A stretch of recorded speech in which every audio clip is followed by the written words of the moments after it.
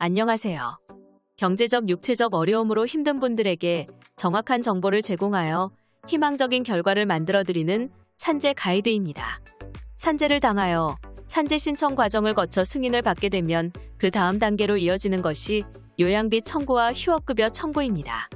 통상 산재 신청 시 평균임금 산정을 위하여 급여대장, 상여대장을 제출하고 있으나 신청에 집중하다 보면 평균임금 산정 관련 자료를 누락한 경우가 종종 있는 것을 볼 수 있습니다. 이때 반드시 평균임금 정정 신청을 하셔야 합니다. 산재 승인 후 평균임금을 반드시 확인할 필요가 있습니다.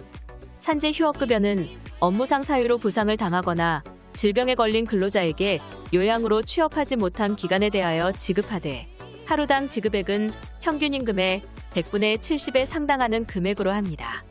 다만 취업하지 못한 기간이 3일 이내이면 지급하지 않습니다. 요양기간이 4일 이상부터 산재 처리한다는 점을 알고 계시기 바랍니다.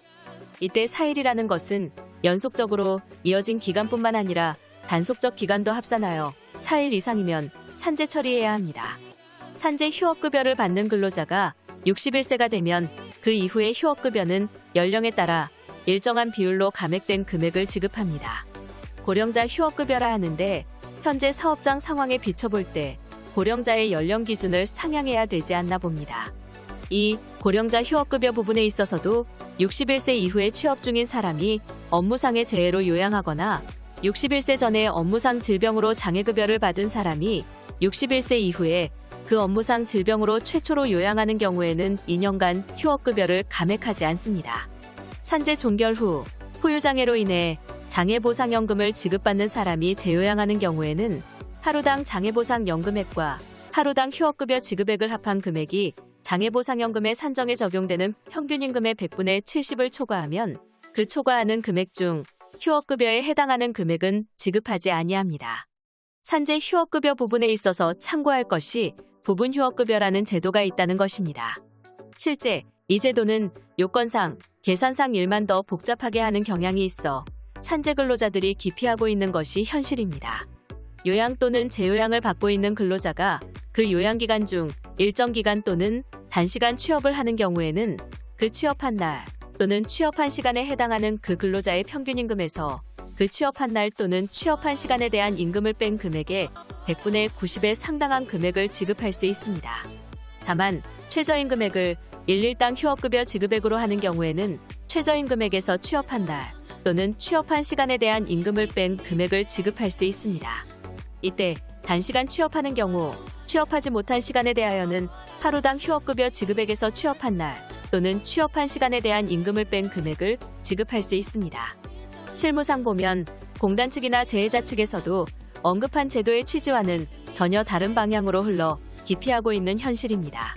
산재 휴업급여를 포함하여 요양급여, 장애보상연금, 유족급여 등을 받으려는 자는 근로복지공단의 각각의 보험급여에 대하여 신청하거나 청구하여야 하고 그 신청이나 청구를 받은 근로복지공단은 보험급여의 지급 여부 및 지급 내용 등을 결정하여 청구인에게 알려야 합니다. 실무상 각 지사마다 불승인 통보에 대한 것은 대체로 잘 고지가 되는 듯한데 나머지 기간 연장, 기간 지연, 처리 기간 등에 대한 안내 또는 통지는 잘 이행되지 않고 있습니다. 근로복지공단의 산재보험급여에 관한 결정에 대하여 볼복이 있는 산재근로자 또는 유족은 그 결정이 있음을 안 날로부터 90일 이내에 근로복지공단에 심사 청구를 할 수 있습니다. 이때 심사 청구서는 원처분지사에 제출한다는 것을 유의하셔야 합니다. 심사 청구의 사유로서 단순히 보험급여에 관한 결정에 불복이 있는 자라고 규정하고 있기 때문에 보험급여에 관한 어떠한 이의도 심사 청구를 할 수 있습니다.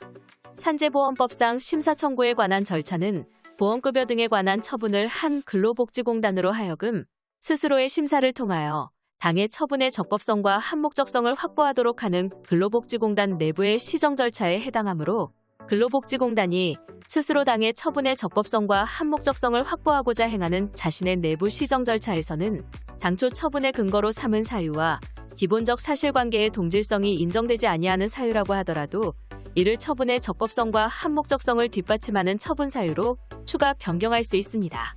근로복지공단은 심사 청구서를 송부받은 날로부터 60일 이내에 심사 청구에 대한 결정을 하여야 하며 부득이한 경우 1차에 한하여 20일을 넘지 아니하는 범위 내에서 그 기간을 연장할 수 있습니다.